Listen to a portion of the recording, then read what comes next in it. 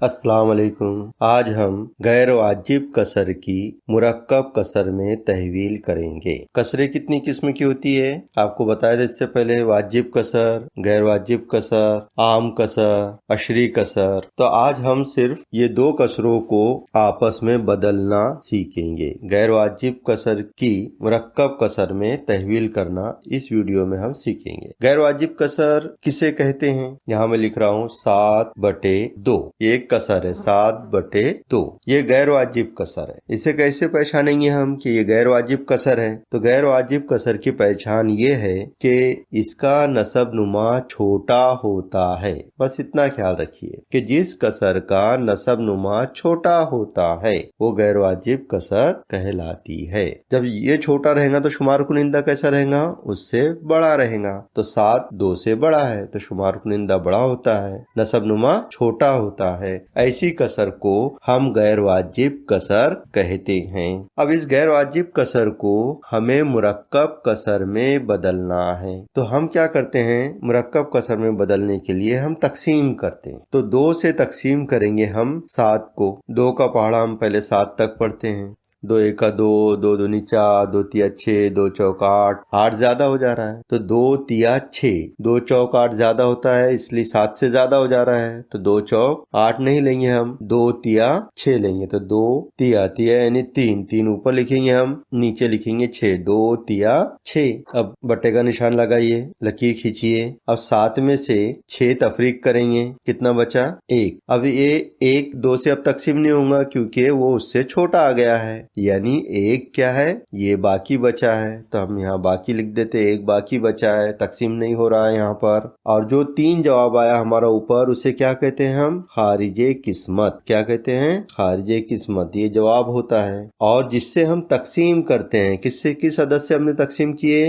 हमने तकसीम किए 2 से, तो ये मकसूम अलह कहलाता है। 2 से हमने किसे तकसीम किए हैं? 7 को। इसे हम मकसूम कहते हैं। तो जिससे हम तकसीम करते हैं वो मकसूम अलह। 2 जो जवाब हमारा ऊपर आया है 3, इसे हम खारिजे किस्मत कहते हैं। और जिसे हमने तकसीम किया है 7 उसे हम मकसूम कहते हैं। जो आखिर में बच जाता है, बाकी रहता है, उसको हम बाकी कहते हैं। ये तकसीम होने के बाद हम मुरक्कब कसर को आसानी से लिख सकते हैं। सबसे पहले खारिजे किस्मत लिखेंगे। जो जवाब आया हमारा 3, यहाँ हमने 3 लिख दिए। फिर उसके बाद बटे का निशान लगाएंगे। जो बाकी बचा है वो हम ऊपर लिखेंगे। क्या बचा था हमारा बाकी?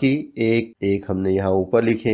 किस अदद से तकसीम किए थे हमने? मकसूम अलह कितना है? 2 नीचे लिखेंगे। यानी नसब नुमा वही रहता है, ये ख्याल रखिए आप कि नसब नुमा वही रहता है। तो 2 नसब नुमा था हमारे गैर वाजिब कसर में भी, यहाँ भी 2 नसब नुमा रहेगा। तो ये मुरक्कब कसर बन गई है 3 1/2। इसको मुरक्कब कसर क्यों कहते हैं? क्योंकि 2 चीजें इसमें आ गई है। एक सही अदद 3 यानी ये मुकम्मिल अदद है, और 1/2 ये आधा, ये अलग से एक छोटा हिस्सा है। ये दोनों मिलकर 3 1/2 कसर बन रही है। इसलिए 2 कसरें, 2 चीजें मिलकर बन रही है, इसलिए हम इसको मुरक्कब कसर कहते हैं। और दूसरी मिसाल से समझ लीजिए, जैसे 7 लड्डू है। हम 7 अदद की बजाय क्या ले रहे हैं? यहाँ पे 7 लड्डू ले रहे हैं। 1 2 3 4 5 6 7। ये 7 लड्डू लिए हमने। 7 लड्डू आपको 2 लड़कियों को बांटना है। तो एक लड़की को बगैर लड्डू तोड़े हम कितने कितने दे सकते हैं? तो बगैर लड्डू तोड़े हम 3 2 लड़कियों को दे सकते हैं। 3 और 3 6। लेकिन एक लड्डू बच जाता है, अब उसको हम आधा कर सकते हैं, है ना? आधा आधा दोनों को दे देंगे। तो आधा हम हिसाब में किस तरह लिखते हैं? इससे पहले सिखा चुका हूं मैं आपको। तो आधे के लिए हिसाब में हम 1/2 लिखते हैं। आधे के लिए क्या लिखते हैं? 1/2। इस तरह हमने 1/2 लिखे हैं। तो 3 लड्डू पूरे और एक आधा, 1/2। तो 2 लड़कियों को हमने 7 लड्डू तकसीम किए तो एक लड़की को कितने मिले? 3 लड्डू पूरे और 1/2 आधा। इसे कहा जाता है मुरक्कब कसर 3 1/2। तो इस तरह किसी भी गैर वाजिब कसर को हम मुरक्कब कसर में तहवील कर सकते हैं, तब्दील कर सकते हैं। एक मिसाल और समझ लीजिए। यहाँ मैं ले रहा हूँ 20/7। यहाँ 7 छोटा है यानी नसब नुमा छोटा है, तो कौन सी कसर है ये? गैर वाजिब कसर है। जब नसब नुमा छोटा रहेगा तो शुमार कुनिंदा बड़ा रहेगा।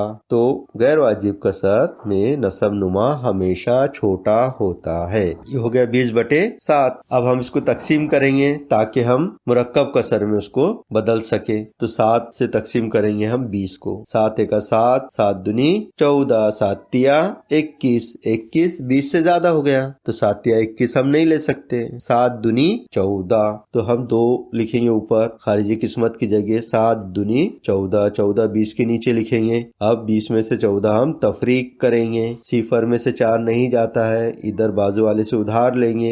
1 लिए इधर उधार, इसके पास 1 बच गया, 1 इधर ले लिए हमने। 10 में से इधर कितने हो गए 10 में से 4 गए 6 बचे। अब इधर से 1 उधार ले लिए तो 1 ही था, तो 1 में से 1 गया सिफर। कितना जवाब आया नीचे, कितना बाकी रहा 6, तो 6 ये बाकी बचा है तो ये हम बाकी लिखेंगे। तो बाकी हमेशा मकसूम अलैह से छोटा होना चाहिए, जिससे हम तकसीम करते हैं ना उससे हमेशा बाकी छोटा आना चाहिए और जब तक छोटा नहीं आता तब तक तकसीम करते रहना चाहिए। यहाँ पर पहले ही इसमें वो छोटा आ गया, इससे तकसीम करने की जरूरत नहीं। कभी कभी हमें आगे भी तकसीम करना पड़ती है। कब तक, जब तक के वो मकसूम अलैह से छोटा ना आ जाए, बाकी जो है जवाब आखिर का छोटा ना आ जाए। तो अब यहाँ पर हम इसके बारे में लिख लेते हैं। 7 क्या है, ये मकसूम अलैह है, 2 खारिजी किस्मत है और 20 क्या था, मकसूम कहलाता है, तकसीम में मकसूम है। और क्या बचा हमारे पास में 6 ये बाकी है। अब हम इसे मुरक्कब कसर में लिखेंगे। तो पहले क्या लिखना पड़ेगा हमको, खारिजे किस्मत जो हमारा जवाब आया है मुकम्मिल अदद वाला,